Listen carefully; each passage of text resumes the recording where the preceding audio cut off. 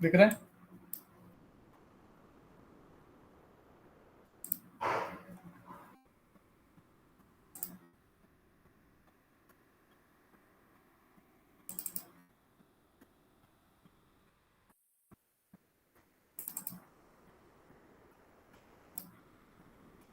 Okay, so anyway, let's start here.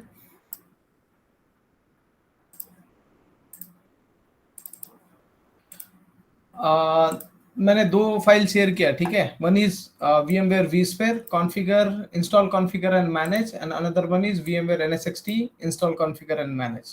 So we are going to focus more on this one, ठीक है ना. So this is something a compute course, vSphere. Okay, so this is purely compute course, and we already gone through 1 month, 30 hours of training already we completed almost, right, including lab. So quickly I'm going to describe this. So if we go through the syllabus, then we can go ahead and mark it as a yellow. Fine. So जो भी तुमको नहीं समझा बता दो, मैं वहीं पे रुक जाता हूँ, चलेगा? ठीक है ना. So explain the basic virtualization concept. ठीक है. बेसिक वर्चुअलाइजेशन में we discussed how the legacy is transformed into the software defined networking. तो ये already we discuss that. Few folks are new, so I don't think so we can again we have to repeat that, so I don't think so we can do that. How to proceed with this? Any idea? Any suggestion? Abhijit and who else? Manoj? Yes. Miraj? Where is Miraj? महराज तो शायद नहीं है आज. No, if anyone is not coming, then he has to give the, inform. He has to inform that he is not coming. So based on that, we can also conclude the class, right? Right. Okay. तो अभी जैसे आपको आपको क्या करना है, क्योंकि मैंने ये पूरा एक्सप्लेन कर चुका हूँ, फिर से करूंगा तो फिर 1 महीना जाएगा मुझे. कितना जाएगा? वो वीडियो के अंदर ऑलरेडी है 30 20 हमने पहले ही 1 महीना इसके अंदर डाल चुके हैं. ठीक है सर. अगर ठीक है ना. मेजर पार्ट रहेगा तो अगर एक्सप्लेन कर सके तो ठीक है. माइनर रहेगा तो then yes I can go through the videos, not an issue. Everything is major. अच्छा, ठीक है, क्योंकि एवरीथिंग. डिसाइड करना मुश्किल रहेगा ना कि मेजर कौन सा है और हाँ, माइनर कौन सा है. ठीक है. ठीक. तो एनीवे, कोई नहीं, हम तो लोग गाइस, वीडियो के गो थ्रू करते हैं. अगर कुछ क्वेश्चंस रहा तो will get back to you. चलेगा? ठीक है. यस. तो मैं दूसरों को याद दिलाता हूं कि मैंने एक्सप्लेन किया था कि how the legacy environment and how the software defined networking environment including the control plane, data plane and management plane. तो that is something the concept of software defined networking, not virtualisation. Means सब उसी का concept है virtualisation का. और virtualisation जो कल मैंने एक्सप्लेन किया था, that how the computer got virtualized, right. So network virtualization हम NSX NV में देखेंगे. So this is the basic of virtualization. तो कल हमने कंप्यूट का वर्चुअलाइजेशन देखा था. ठीक है. तो I will mark this as yellow. Do let me know if I can go ahead. If किसी को भी कुछ कंसेप्ट है वो मुझे रुका के पूछ सकता है. मैं उसको याद दिलाऊंगा. अगर मैंने पढ़ाया रहेगा तो I will continue move next. अगर नहीं पढ़ाया रहूंगा तो I will explain you back. Okay. vSphere fits into software defined networking. तो साथ में vSphere भी बताया था, ये तो उसी का पार्ट है. ठीक है. Explain vSphere CPU, memory, network and storage. Guys, anyone? ये हुआ ना अपना? हाँ. कैसा उसको डिटैच किया, CPU को, मेमोरी को और नेटवर्क एंड स्टोरेज. ये 4 कंपोनेंट से आपका कंप्यूट बनता है. ठीक है. Recognize the user interface by accessing the vCenter. Means vCenter में सबको पता है हाउ टू लॉग इन. ठीक है. Arfat, can you share your screen so I can show them what the vCenter is and how to locate the ESXi host? Or just 1 minute. Yeah, if I go ahead and boot this up, ये तो मैं boot करता हूँ. ठीक है. Otherwise screen भी share हो जाएगा, फिर मेरी स्क्रीन का प्रॉब्लम हो जाएगा, मेरे स्क्रीन का रिकॉर्डिंग में. 1 मिनट. चलो.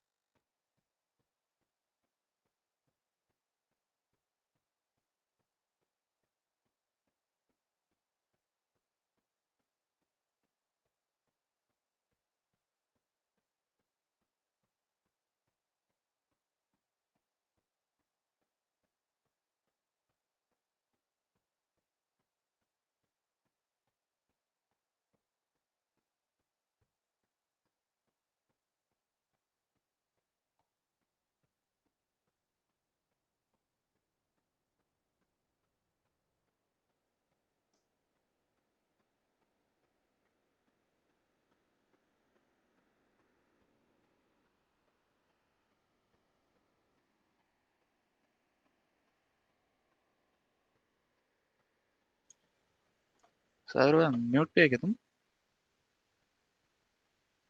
हाँ म्यूट पे ही है।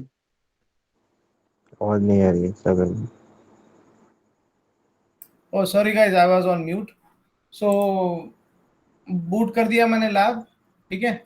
और वी सेंटर और वी सेंटर तो इंस्टॉलेशन भी किया तुमने, तो फिर उसको रिकॉग्नाइज क्या करना है, ठीक है। और ये ESXi भी कर दिया, ठीक है। और ESXi का आर्किटेक्चर ये सब बताए वाला है, फिर डबल डबल से क्यों जा रहे हैं अपन, बहुत स्लो हो जाएगा ये। DCUI मालूम है सबको? जब इंस्टॉलेशन आप ESXi करते तो उसको DCUI बोलते हैं, direct user control interface, user interface. जब आप when you go ahead and install the vCenter ESXi, तो जो आपको जो येलो ग्रीन ब्लू वाला स्क्रीन दिखता है ना, जो भी green blue, that is nothing but your direct console user interface.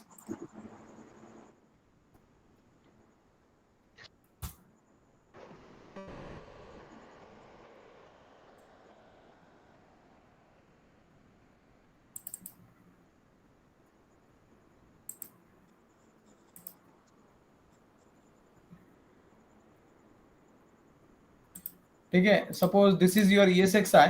सो जो आपको ये स्क्रीन दिख रहा है, आप सर्वर को जब कंसोल लगाएंगे तो आपको ऐसे दिखेगा। So this is your DCUI। अगर आपको इसको डिसेबल करना है, you can go ahead and disable it. So ये किसी ने अगर आपके सर्वर को प्लग भी किया, then he won't be able to see that. Agree?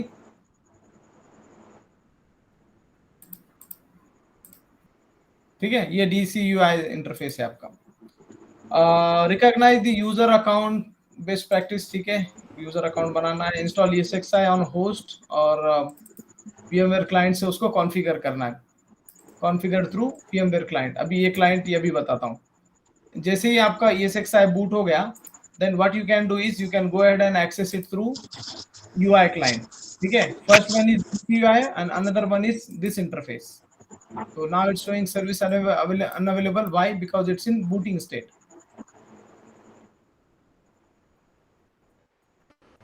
DNS server on है? कौन सा? DNS server. हाँ, DNS ऑन कर दिया ना यहाँ पे बाजू में, ठीक है। अगर आपका यहाँ पे आ गया, now you can go ahead and log in. तो आपको ये UI कंसोल मिला, VMware is your password and this is your ESXi। तो यहाँ से आप थोड़ा बहुत मैनेज कर सकते हैं। You can C the ESXi CPU, memory and storage. So this is virtual one, guys. The one which I logged in, this is nothing but the virtual ESXi which is sitting on top of your Windows machine. Okay, so how it looks like? ठीक है, ये मेरा physical i5 का machine है, ठीक है। On top of this I have Windows, then on top of this I am having one of workstation application, ठीक है। अब उस वर्कस्टेशन एप्लीकेशन के अंदर I am going to have the ESXi1, ESXi2, ठीक है। And then I am going to have one of vCenter application, or I'm going to have something DNS virtual machine, any of Windows XP virtual machine like this. So this application is borrowing the hardware from Windows, and Windows is allocating through his task manager from the main hardware resource। यहाँ पे जो उसका CPU, RAM, memory है ना, यहाँ से Windows लेके इसको दे रहा है। But the good approach is, if you have the direct hardware like this, so on top of this you can go ahead and install the ESXi directly instead of installing on any of this one। और आप जो virtual machine बनाने जा रहे हो, that is inside of this one, inside of, if this is ESXi तो आपका virtual machine इसके अंदर रहेगा, ठीक है। तो इतने सिस्टम के अंदर विंडोज के अंदर वर्कस्टेशन के अंदर ESXi के अंदर फिर आपका एक वर्चुअल मशीन बना रहे हैं आप। तो इतने लेयर में जाने से अच्छा फिजिकल कंपनी में क्या होता है, प्रोडक्शन में फिजिकल सर्वर के ऊपर ESXi इंस्टॉल होता है, ठीक है। ये फिजिकल सर्वर है आपका, ESXi के ऊपर आपका डायरेक्ट वर्चुअल मशीन इंस्टॉल होता है।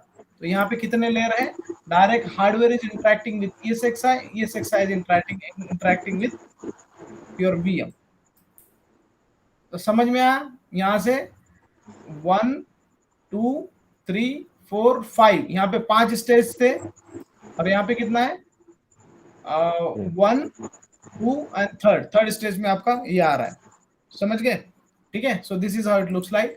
Back to this one. So this is your virtual one, if you want to see the actual one, then you have to hit the actual one. मैंने actual server पे install किया हूँ, that is having IP of 192.168.1.102 and 101. Okay, so this is the, अब इसका performance ज्यादा रहेगा compare to that one. See this is the one. So ये आपका एक्चुअल है. सीपीयू इतना है, मेमोरी इसकी समथिंग 32 GB है एंड स्टोरेज इसका इतना है. ठीक है. सो दोनों में कुछ फर्क दिखा तुमको, लेफ्ट में और राइट में, इसमें और इसमें कुछ दिख रहा है क्या? फटाफट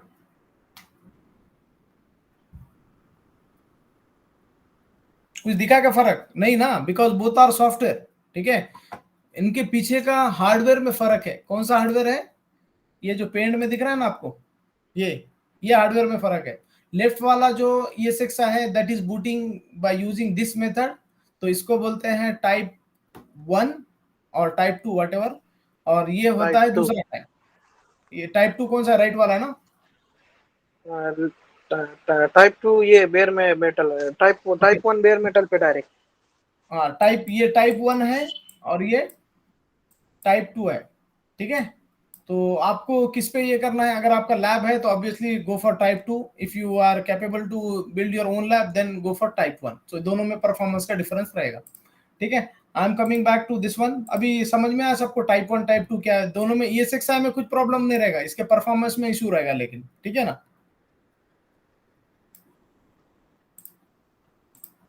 ठीक है. तो ESXi भी बता दिया मैंने और उसका ये भी बता दिया, क्लाइंट भी बता दिया. Moving next, virtual machine. How to create virtual machine on top of your this one. So what is virtual machine? Virtual machine is something which you want to virtualize. Actually, this infrastructure we are building to have virtual machines, so we can go ahead and install the software on top of that. हम virtualization क्यों करते हैं? ठीक है. देख means biryani बनाने का तो दूसरा सामान क्यों लाते हैं? Because end of the day we need something as a result, right? We need the dish. So similar way, if you talk about infrastructure way, you need a virtual machine which will have your base operating system installed, so you can go ahead and configure your application on top of that. ठीक है. So उसके लिए, if this is the production environment, I'm going to talk more on that. So ये production environment है, this is your virtual machine. So virtual machine का इसका shell बनाना पड़ता है आपको. उस शेल को आपको जाके देना पड़ता है OSI, ISO फाइल जो होती है ना आपकी. एक तो आपका ऑपरेटिंग सिस्टम ISO के शक्ल में होता है और क्या इसके अलावा क्या है दूसरा? एक तो सॉरी OSI के शक्ल में होता है और दूसरा एनी आइडिया? OVA ISO ना, .ISO फॉर्म में होता है और दूसरा होता है .OVA फॉर्म में. OVA में जो होता है ना, वो प्री बिल्ड होता है, मींस पहले प्री कॉन्फ़िगर्ड होता है. आपको कुछ करना नहीं होता है, आपको सिर्फ उसको इंपोर्ट करना है और वो जो भी उसको सेटिंग मांगेगा वो आपको IP वगैरह सब देना होता है. Automatically it will build up. और ISO में ये रॉ फॉर्म में होता है, तो आपको क्या करना पड़ता है? फ्रेश जैसे विंडोज इंस्टॉलेशन करते हैं वैसे करना है और everything you have to configure by your own. ठीक है. दो अलग अलग फॉर्म्स है. तो आपको VM प्रोविजन करना है और उसके बाद में VMware टूल होता है. So let's go ahead and provision one virtual machine really quick. So instead of doing on physical one, let me try if I can go on do it on this one. Okay. तो मैं यहाँ पे क्या करता हूँ? I can do it either way. vCenter अभी मैंने picture में नहीं लाया because conceptual wise हम जाते हैं. Instead of this one, मैं क्रिएट कर रहा हूँ virtual machine. So it will say that compatibility matrix क्या है. जो वर्चुअल मशीन आप बनाने वाले हो, तो इन फ्यूचर आप 7 के आगे रन कर रहे हो या आपको पीछे बैकवर्ड कंपेटेबल भी चाहिए, तो आप जाके बोल सकते हो कि भाई ESXi शुरू हुआ था .4 से 4x से, तो आप ये वर्जन्स तो इवन यहाँ तक 6. यहाँ तक तो VMware भी सपोर्ट नहीं करता 6.0.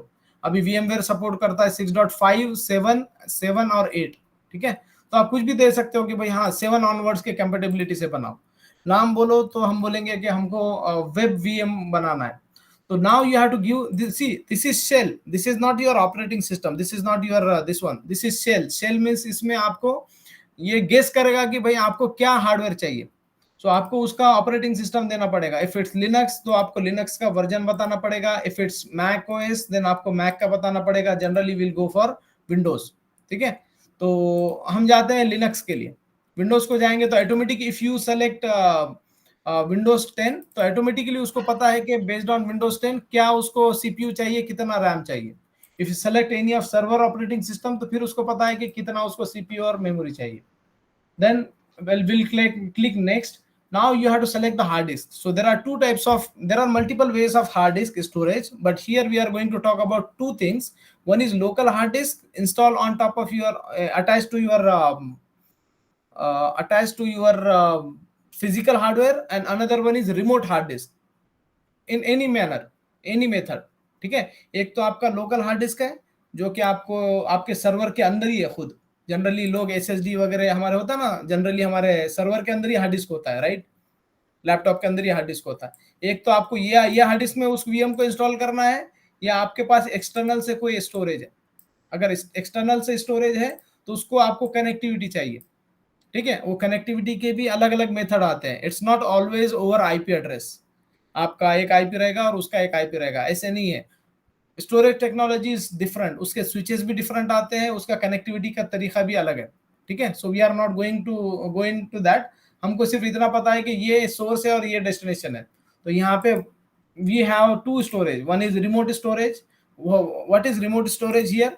मैं बना रहा हूँ ESX1 पे, लेकिन मेरा हार्ड डिस्क सेव है दूसरे सर्वर पे। This is my storage server, so that is nothing but this one NSX storage and NVMe storage. ठीक है, ये मेरे सर्वर बेस्ड मशीन के ऊपर है। तो मुझे लोकल में भी बना सकता हूँ और रिमोट में भी बना सकता हूँ। रिमोट का फायदा क्या है हम बाद में देखेंगे। ठीक है, I'll go ahead and create it here. Then I have to select CPUs. तो you have option to select CPUs. ठीक है, who is giving you this such option? It's ESXi. ESXi आपको अलाउ कर रहा है कि कितने सीपीयू आपको उसमें से यूज करना है। ये विंडोज अलाउ नहीं करता है। If you go for any application तो एप्लीकेशन को आप नहीं बोल सकते कि भाई मेरे पास 10 सीपीयू है, मुझे 2 दे दे। ठीक है, आप क्या कर सकते हैं, however this is being managed by this one performance. ठीक है, यहाँ पे आप जाके प्रोसेस को ऊपर नीचे कर सकते हो कि भाई ये प्रोसेस को थोड़ा मैं ऊपर करता हूँ, नीचे कर सकता हूँ। विंडोज सिर्फ आपको इतना ही ऑप्शन देता है। ठीक है, किसी को प्रायोरिटी टास्क करना है तो वो भी मुझे नहीं मिल रहा है, अभी प्रोसेसर में है वो। अगर आपको किसी की टास्क की प्रायोरिटी बनाना है तो you can go ahead and do that. ठीक है, अरे वो भी नहीं बनाना है, अरे भी किसको पता है कि कैसे सीपीयू बढ़ाते हैं? पहले आता था, अभी नहीं आ रहा है। ठीक है, तो यहां से आप कर सकते हैं, लेकिन ये ऑप्शन OSI आपको एडिशनल देता है कि you can have multiple CPUs. लेकिन make sure that you are not going to do any over provisioning. What is over provisioning? Anyone? Bilal?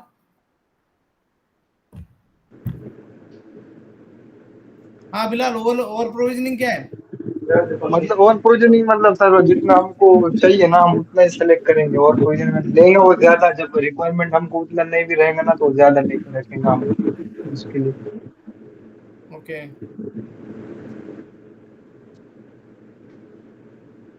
ठीक है। ओवर प्रोविजनिंग वही होता है कि भाई आपके पास है सीपीयू 10 और आप सबको दे रहे हैं 5-5, तो that is called as over provisioning. ठीक है, आप कितना दे सकते हैं? ठीक है, आप थोड़ा ओवर प्रोविजनिंग कर दो, लेकिन ज्यादा नहीं कर सकते। तो जनरली आईएसपी हमारे साथ ओवर प्रोविजनिंग करते हैं। आईएसपी क्या करते हैं? ओवर प्रोविजनिंग हमारे साथ करते हैं। ठीक है, तो हमको 3G 4G का स्पीड जो कम मिलता है because of over provisioning. Anyway, तो सीपीयू हम 2 ले रहे हैं, मेमोरी कितनी चाहिए? तो मेमोरी भी आपको ओवर प्रोविजनिंग नहीं करना है, आप कर सकते हैं। मीन सपोज मेरे सिस्टम में 64 GB ऑफ रैम है, ठीक है, लेकिन मैं यहाँ पे क्या कर रहा हूँ, इसको दे रहा हूँ 32 GB। ठीक है, और ऐसे मैं 5 बना रहा हूँ system, so that is problem, right. Means मैं 64 32 कितने होते हैं टोटल? 128 हो गए। ठीक है, सो 4 मशीन बना रहा हूँ, एक तो 128 की, मेरा कैपेसिटी है 64 का, so that is something over provisioning of 96 GB। ठीक है, तो आपको क्या करना है, always you have to limit में ओवर प्रोविजनिंग करना है, ज्यादा नहीं करना है। तो सीपीयू के अंदर आप सब कर सकते हैं यहाँ पे कि सीपीयू के अंदर उसमें कोर्स भी होते हैं। You can also decide the course. Generally जो हाई एंड के सर्वर्स होते हैं उसके पर सीपीयू कुछ ज्यादा कोर्स आते हैं, तो उसमें 1-2 आप यहाँ से सेलेक्ट कर सकते हो कि एक सीपीयू दिया, उसमें कोर कितने देना है। ठीक है, all these things you can go ahead and decide. और प्लस इसको आप जो हाइपर टेक्नोलॉजी है इसका, क्या नाम है टेक्नोलॉजी का? VT टेक्नोलॉजी, वर्चुअलाइजेशन टेक्नोलॉजी इसका। If this is the Intel पे बेस तो आपको ये ऑप्शन इनेबल करना है। ठीक है, ये जब आप बनाते हैं आपका ESX टाइप 1 में 2 में, तो उस टाइम पे आपको ये यहाँ पे ESXi को सेम चीज इनेबल करनी होती है, देन ओनली आपका ESXi एज अ ESXi काम करेगा VT टेक्नोलॉजी, ठीक है। और AMD के लिए वो AMD V और RVI उसको बोलते हैं, ठीक है ना। सो this is that one. VTP server VTP by default enable नहीं रहता है, सर्वर मशीन में इनेबल रहता है, लेकिन ये डेस्कटॉप में नहीं रहता है, ठीक है। अगर अच्छा। आपका नॉर्मल मशीन है तो आपको बूट करके ये करना है, नहीं तो ऐसे। अरे और एक ज्वाइन नहीं कर रहा, क्या नाम है उसका, हुजैफ किधर है?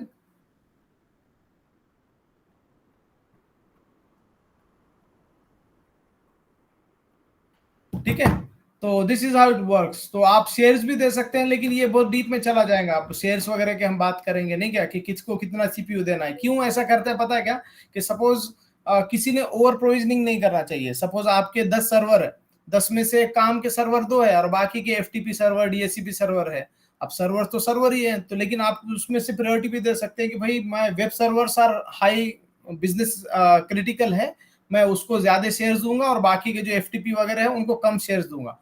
तो दिस इज हाउ इसमें आप CPU ऐसे बांट सकते हैं। So there are many ways, many up and down, बहुत सी चीजें। सो ये CPU है। देन मेमोरी कितना है आपका, आप यहाँ से दे सकते हो, आप उसको you have to multiply in binary order 4000 8000 16000 like that, okay. जो मेमोरी का ये होता है, नहीं तो 17000 18000 ऐसे नहीं दे सकते, ठीक है। दे सकते हैं लेकिन that is not the right approach. So reservation भी आपको करना है, मीन्स आपने 4 GB आपने दिया, तो why to do reservation, because suppose मेरा टोटल 64 GB का रैम है, 16 GB लेता हूं मैं, ठीक है। टोटल 16 GB का मेरा CPU है, सॉरी 16 GB का मेरा पास रैम है। अब 16 GB में मैंने क्या किया, 10 मशीन बना 4 GB के, तो कितना ओवर प्रोविजनिंग होगा, तो टोटल 40 GB का। मीन्स है मेरे पास 16, लेकिन मैंने अलोकेट कर दिया 40, ठीक है। तो ये तो प्रॉब्लम होगा, लेकिन मिनिमम कितना मिलेगा, तो रिजर्वेशन किसी का है ही नहीं इसमें। तो मिनिमम चारों सब 10 मशीन एक दूसरे से झगड़ा करेगा, मुझे दो, और उसमें जिसको मिलेगा उसको मिलेगा, जिसको नहीं मिलेगा उसका परफॉर्मेंस डाउनग्रेड हो जाएगा। तो ऐसे केस में आप क्या कर सकते हैं, आपके बिजनेस क्रिटिकल सर्वर्स को आप रिजर्वेशन दे सकते हैं कि भाई मैं इसको बोल रहा हूँ 4 GB, लेकिन कम से कम भाई मुझे 2 तो दे दो। गॉट इट, ठीक है ना। तो आप ऐसे रिजर्वेशन कर सकते हैं। ये अगर रिजर्वेशन होगा तो आपका सीधा 16 GB से 14 GB में फिर वो बाकी के 9 आ जाएंगे। सबने ऐसे रिजर्वेशन अपना अपना किए तो बचे वाले जो है उसको सब मिल जाएगा, ठीक है।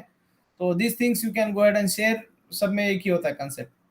हार्ड डिस्क है, what is hard disk? Hard disk is something, this is the local hard disk of that virtual machine. तो आप किसी VM में आपका हार्ड डिस्क होता है ना, आप जब इंस्टॉल करते हैं लैपटॉप डेस्कटॉप, तो वो हार्ड डिस्क होता है ना, this is similar hard disk. If you need few more drives, then you can go ahead and add multiple hard disk, ठीक है। तो ये 40 GB का बाय डिफॉल्ट है। यू कैन, अगर ये क्यों है 40 GB का, because you have selected Windows, तो विंडोज ने बोला कि भाई मुझे 40 GB चाहिए। अगर आप लिनक्स सेलेक्ट करते तो वो अलग GB मांगता, ठीक है। तो मैक्सिमम आप इसके ऊपर नहीं जा सकते, क्योंकि ये आपका ड्राइव का उतना ही कैपेसिटी है। फिर ये कौन सा लोकेशन है, ये भी आप लोकेशन दे सकते हैं कि भाई ये मेरा स्टोरेज पे है। अगर ब्राउज करके देना है तो आप किसी और स्टोरेज में यहाँ पे चेंज कर सकते हैं। There are two ways, thin provisioning or thick provisioning, lazy zeroed and eagerly zeroed. कभी भी always in lab go for thin provisioning. Why thin provisioning? इसका मतलब वही होता है रिजर्वेशन का। फॉर एग्जाम्पल इसमें उसके जो ब्लॉक्स होते हैं वो पूरे रिजर्व कर लेता है थिक प्रोविजनिंग में, ठीक है। और थिक प्रोविजनिंग में क्या करता है, मीन्स आपने अगर उसको 40 GB की हार्ड डिस्क दे दी तो पूरा 40 GB का थिक प्रोविजनिंग कर देगा। उसका एग्जाम्पल देखना है तो ये यहाँ पे देख लो। अभी if you go to my F drive, तो मैंने यहाँ पे एक उसका SSD का लन बनाया हुआ, ठीक है, HDD1। तो इसने थिक प्रोविजनिंग करके पूरा 100 GB का फाइल बना दिया, जबकि इसमें कुछ भी नहीं है, अंदर कुछ भी नहीं है, हार्डली 1-2 VM रहेगा 100-200 MB का, लेकिन उसने 100 GB पूरा अलोकेट करके रख दिया। तो अगर आप ऐसा थिक प्रोविजनिंग करोगे, that is going to create problem, ठीक है। Always go for thin provisioning. इसमें क्या करते हैं, हाँ भाई 40 मांगा हूं लेकिन मुझे जरूरत नहीं है, इसमें से सिर्फ मैंने 100 MB लिया हूं, अगर मुझे और ज्यादा चाहिए तो मैं थोड़ा थोड़ा थोड़ा लूंगा, ठीक है। That is the difference between thin and thick, ठीक है। अब उसमें लेजी है और ईगरली है। ईगरली में पूरा गप करके ले लेता है, लेजी में थोड़ा दम दम से लेता है, तो अपने को वो इसमें नहीं जाना है, ठीक है। और उसके आईऑप्स होते हैं, हर एक का अपना अपना टेक्नोलॉजी है, तो स्टोरेज का ये टेक्नोलॉजी है, ठीक है। That's it. फिर उसके बाद में नेटवर्क एडाप्टर्स होते हैं, तो नेटवर्क एडाप्टर्स के भी इसमें अलग अलग वर्जन आते हैं। ये E1000 है, तो जनरली जो हाईएस्ट वर्जन, अच्छा वर्जन है, दैट इज VMX Net 3। आपके विंडोज का मशीन है तो आपको ये वाला सूटेबल है, लेकिन आपको DFW फायरवॉलिंग करना है, जो मैं बोलता हूँ ना कि निक लेवल पे फायरवॉल आता है, तो दैट इज सपोर्टेड हियर, ठीक है ना। तो आपको कौन सा वाला मॉडल चाहिए, you can go head and select the NIC, okay. लेकिन आपका हार्डवेयर भी सपोर्ट करना चाहिए, मुंह उठा के कुछ भी नहीं कर सकते। अगर मैक आपको मॉडिफाई करना है, you can go head and modify the mac of this one, and of the day it's going to be virtual. फिर CD drive, obviously if you are going to create any shell then that requires something input mechanism. Input mechanism means आप उसको CD drive दे सकते हैं, सो आप उसको input, एक तो आपको जो डायरेक्ट हार्ड डिस्क जो रहता है ना अपना, आपका जो CD ड्राइव होता है वो सर्वर पे अवेलेबल रहेगा, तो उसमें आप CD डाल दो, वहां से वो ऑपरेटिंग सिस्टम उठाएगा, या आप किसी फाइल के थ्रू दे दो, आपके स्टोरेज में कहीं पर भी सेव है तो आप उससे दे दो। जैसे कि ये स्लैक्स ऑपरेटिंग सिस्टम मेरे पास सेव है, तो मैं यहाँ से उसको दे दूंगा, ठीक है। लेकिन आपको करेक्ट ऑपरेटिंग सिस्टम ये करना है सेलेक्ट, ये मत करो स्लैक्स वाली, ठीक है। मैं जब तक ऐसे ही सेलेक्ट किया। अगर आपको if you need additional hardware, तो you can go ahead and add network adapter. If you need other devices, पूरा लिस्ट है इसके पास। आपको क्या चाहिए, NVMe कंट्रोलर चाहिए जो उसके अंदर सर्वर में रहना चाहिए, मुंह उठा के कुछ भी ऐड मत करो, ठीक है। आपको फ्लॉपी डिस्क चाहिए, आपको हार्ड डिस्क चाहिए, आपको एडिशनल नेटवर्क एडाप्टर चाहिए, you can go ahead and take it. If you need additional hard disk भी आपको मिल जाएगा। So by doing this you can click on next, next and finish. ये आपका वर्चुअल मशीन नहीं बना, ये वर्चुअल मशीन का सिर्फ कंटेनर बना। क्या बना, कंटेनर। This is container. अभी इसको बूट करेंगे आप तो तब पता चलेगा क्या बना, ठीक है। तो अगर इसको प्रॉपर आप ISO देंगे, बूट करेंगे, तो फिर वो विंडोज के जैसा आपको बूट हो जाएगा, ठीक है। सो any question regarding virtual machine? Why I am focusing on virtual machine? Because this is the basic is missing है, तो आगे कुछ घंटा समझ में नहीं आने वाला तुम्हारे, ठीक है।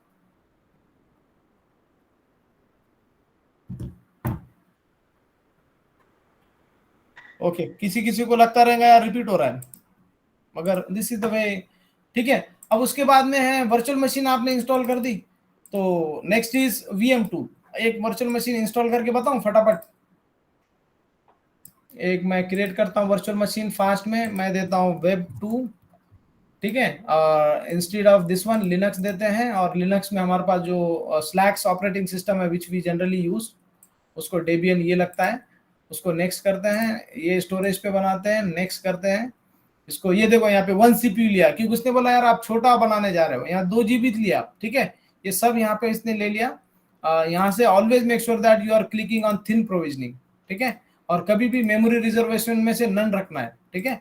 और नेक्स्ट कर दो, और यहाँ से जाके फिर वो ऑपरेटिंग सिस्टम दे दो, जो कि NVMe में मैंने यहाँ पे स्टोर करके रखा हूँ। Nothing is readymade, if it's your lab then you have to do it by your own. आपने बूट कर दिया, एक नया कंटेनर बन गया, उसको इनपुट कहाँ से मिल रहा है, from that ISO। If I boot it then obviously your VM is going to run. मैं इसके ऊपर क्लिक करूंगा, तो क्लिक करने के बाद आपको दिख जाएगा ये स्लैक्स ऑपरेटिंग सिस्टम बूट हो रहा है।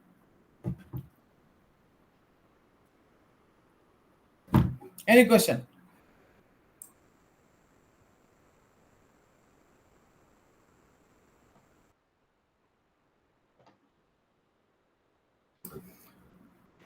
अभी मैं ऐसे तुमको पढ़ा रहा हूँ, 1-2 हफ्ते में मैं जज करूंगा। If you guys are not showing interest, तो फिर मैं भगाऊंगा, ठीक है। अगर तुम इंटरेस्ट से पढ़ रहे हो तो मैं डीप डाइव जाऊंगा, नहीं तो फिर मेरे को भी भगाने आता है। ये देखो, ये आपका वर्चुअल मशीन बन गया सब। ये टर्मिनल है, फिर नेटवर्क कार्ड है, everything is there, file manager है, सब है। Okay, so this is your virtual machine. You can set it off, ठीक है। आप पावर ऑफ भी कर सकते हो, और जो भी रिसेट कर सकते हो, हार्ड भी कर सकते हो, जो करना है वो करो। पावर ऑफ कर देता हूँ, तो रहने दो इसको। तो अभी इसमें क्या होता है पता है क्या, इस ऑपरेटिंग सिस्टम की इंफॉर्मेशन, इसका IP क्या है, इसका होस्ट नेम क्या है, ये आपको यहाँ पे बाहर बैठ के कैसे पता चलेगा। सो VMware बोलता है कि भाई मेरे पास एक एप्लीकेशन है VM टूल, ये VM टूल जाएगा, उसके अंदर ऑपरेटिंग सिस्टम में आपके इंस्टॉल हो जाएगा, और वो इंफॉर्मेशन बाहर लाएगा। सो आपको हर बार वर्चुअल मशीन में जाने की जरूरत नहीं है, बाहर ही बैठ के आप बोलो कि भाई ये वर्चुअल मशीन का आईपी क्या है, वो वीएम टूल जाके आपको आईपी लाके दे देगा, ठीक है। सो दैट इज वीएम टूल, और बहुत से कुछ दूसरे भी फीचर्स है वो यहाँ पे सपोर्ट करता है, ठीक है। How to install the VM tool, यहीं पे VMware के वर्चुअल मशीन के ऊपर ही लिखा होता है कि भाई वीएम टूल इंस्टॉल करना है, ये दिख रहा है आपको, VM tool is not install. लेकिन अब क्या होता है, हर नन्नू मुन्नू ऑपरेटिंग सिस्टम में वीएम टूल नहीं चलता है, बड़े बड़े ऑपरेटिंग सिस्टम लिनक्स के जो नोन है उसके अंदर ही चलेगा। तो आप सिंपली यहाँ से जाके बोल सकते हो कि भाई इंस्टॉल कर दो, यहीं पे ऑप्शन आता है उसका इंस्टॉल। विंडोज मशीन रहेगा तो इजीली आता है, इसमें नहीं आता है, जैसे इंस्टॉल बोले वो अंदर जाके ऑपरेटिंग सिस्टम में आपके इंस्टॉल हो जाएगा, ये इंस्टॉल वीएम टूल। तो यहाँ पे ग्रेड आउट है, तो वो ग्रेड आउट इसलिए है कि वीएम बोलता है कि भाई मुझे वो ऑपरेटिंग सिस्टम नहीं मालूम कि भाई उसमें क्या कैसे जाके इंस्टॉल करना है, ठीक है। अगर ये वेल लिस्टेड ऑपरेटिंग सिस्टम है तो फिर ठीक है, नहीं है तो फिर प्रॉब्लम है, ठीक है। Any question?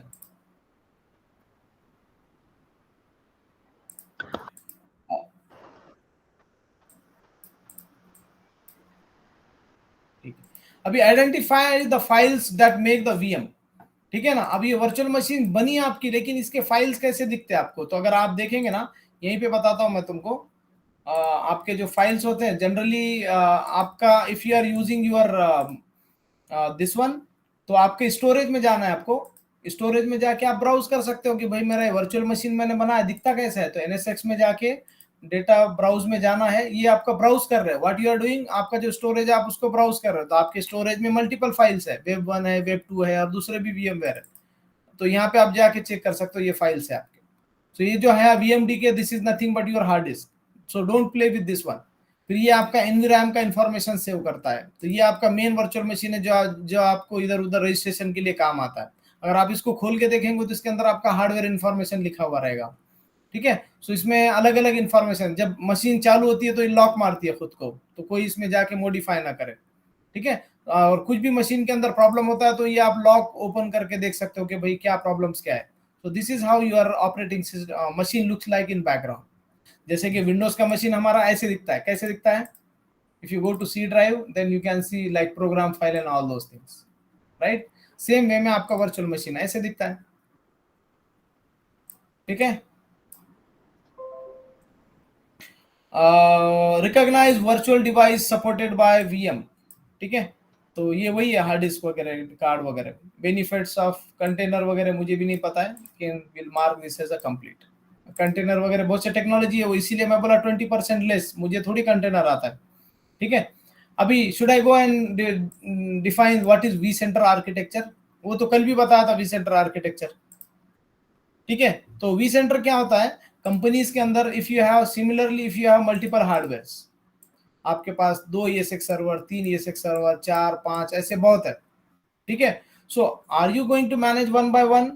आई गेस नो, ठीक है। Then who suppose to do that?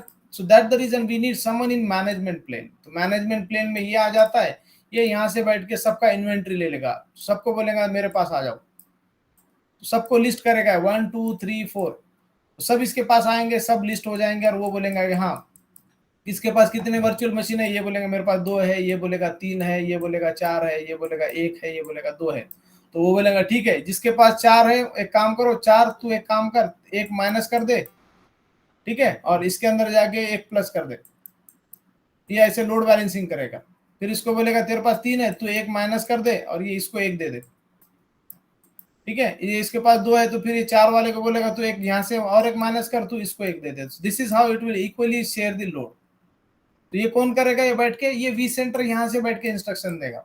So vCenter is not copying doing anything, means doing, vCenter के थ्रू पूरा वर्चुअल मशीन्स नहीं जाता है, ये यहाँ से बैठ के एज अ मैनेजर इंस्ट्रक्शन देता है, ठीक है। So it's in management plane, it's not in data plane. Data plane में तो यही है, जैसे गुत्तेदार कैसा बोलता है मिस्त्री को, वो वैसे, ठीक है।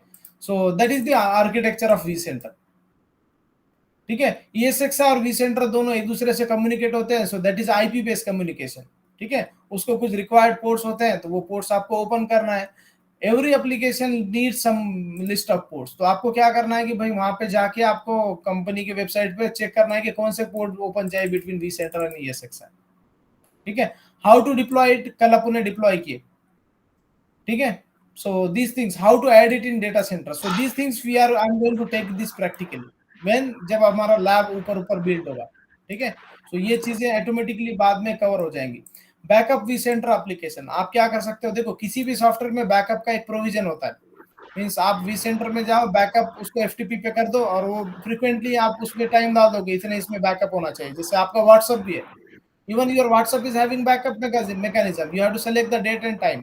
आपको डेट सेलेक्ट करना होता है कि भाई ये डेली करना है और आपको टाइम सेलेक्ट करना है, रात में कब करना है या दिन में करना है, तो वो व्हाट्सएप बैकअप लेगा. सेम वे में सर्वर अप्लायंस में इन्वेंटरी वगैरह सब होता है, तो उसको बैकअप चाहिए, तो वो बैकअप आप कॉन्फ़िगर कर सकते हैं. Any question related to vCenter, because practically I am going to show you lab. ठीक है साबिर भाई, बैकअप स्टोरेज कर लो सब. इमरान भाई फिर से अपनी आवाज में प्रॉब्लम है. नेट का प्रॉब्लम है सर तुम्हारा. माइक बदलो इमरान. अब अपने को मालूम है वहाँ नेटवर्क का प्रॉब्लम है, तो कैसा करेंगे. माइक का प्रॉब्लम है तो दूसरा ही लेगा ना किसका, तो केवी दूसरी बार ये माइक के साथ ज्वाइन नहीं करने का. ठीक है हाँ लिख के भेजो, लिख के. और किसी को कुछ क्वेश्चन, क्योंकि vCenter हम देखने वाले हैं इंस्टॉलेशन के साथ. ठीक है I'll go next. vCenter high availability. अब vCenter कितने होते हैं, जनरली vCenter एक ही होता है, बैकअप से आप जाके उसको, मींस 3 भी होता है लेकिन don't go for that one. ठीक है एक होता है, दूसरा उसका स्ले होता है. ठीक है क्योंकि ये वर्ल्ड में अभी सब यही है, क्या बोलेगा उसको, ऑब्वियसली हर चीज का बैकअप होता है. ठीक है और मॉनिटर भी होता है vCenter टास्क एंड इवेंट्स. तो ये हम पूरे चीजें देखने वाले हैं एज अ प्रैक्टिकल. ठीक है सो एज अ प्रैक्टिकल देखने वाले क्यों है, अभी अभी देखते हैं क्या बोलते हैं, क्योंकि I think so that is booted up. अपना vCenter जो था ना यहाँ पे, ये बूट हो गया ना, ये दिख रहा है तुमको vCenter. अरे सॉरी मिस्टेकनली ये बूट ही नहीं हुआ. अब क्या करेंगे, अभी जब मेरा सिस्टम चालू हुआ तो ये बूट होना चाहिए था ना. So there is a one provision called, if you go to manage auto start में आपको क्या करना है, आपको बोलना है कि भाई ये vCenter डिफॉल्ट कंपोनेंट है. ठीक है ये मुझे चाहिए ही चाहिए था, तो मैं ऑटो स्टार्ट उसको इनेबल करता हूँ. ठीक है अब ये भी चाहिए मुझे, और ये एक वर्चुअल मशीन होता है जो vCenter को हैंडल करता है, ये भी चाहिए. सपोज कहीं कुछ भी अपना लोड बनाने का, इसको डिसेबल करता हूँ, तो मुझे vCenter ऑन करना है. और मैं सीक्वेंस में भी दे सकता हूँ, पहले vCenter ऑन करो, फिर वेब 1 ऑन करो, फिर वेब 2 ऑन करो, तो इसका सीक्वेंस मिल जाएगा ऑर्डर. और दोनों के बीच में कितना डिले है स्टार्ट और स्टॉप का, वो भी तुम यहाँ से डिसाइड कर सकते हो, क्योंकि कुछ एप्लीकेशंस रहते हैं वो ऑर्डर में ही स्टार्ट होना चाहिए. तो अभी के लिए तो मैंने कॉन्फ़िगर किया, नेक्स्ट टाइम जब ये रिस्टार्ट होगा तो नेक्स्ट टाइम vCenter को चालू होते बराबर बूट करेगा. ठीक है तो अभी vCenter को मैं क्या करता हूँ, जाके I'll go ahead and boot it manually this time, but next time वो बूट हो जाएगा. अगर आपको देखना है तो इसको भी रिस्टार्ट मार सकते थे तो वो बूट हो जाता था. ठीक है ना vCenter is booting up. vCenter is nothing but a virtual machine. कौन सा वर्चुअल मशीन है, ये वाला. ठीक है so I think we are almost done. Let me complete wrap up quickly. तो इसमें किसको समझ में नहीं आया ऐसा कुछ, ये इतना फास्ट में भगा रहे हैं लेकिन NSX नहीं भगाएंगे, टेंशन मत लो. ठीक है क्योंकि ये दिस टेक्नोलॉजी हमको सिर्फ गो थ्रू करना है in order to have our this one. तो एक दिन में 5 चैप्टर कर दिए, 4 चैप्टर. ठीक है चलेगा guys, I am done with this one. ये चैप्टर भी ऑलरेडी हो गया अपना, इसको भी मार करता हूँ. This is nothing but your standard switch and जो भी स्विचेस है आपके. ठीक है स्विचिंग हमने बहुत डिटेल में कवर की है. You guys can go ahead and watch the video again. Okay so any question guys before wrapping up.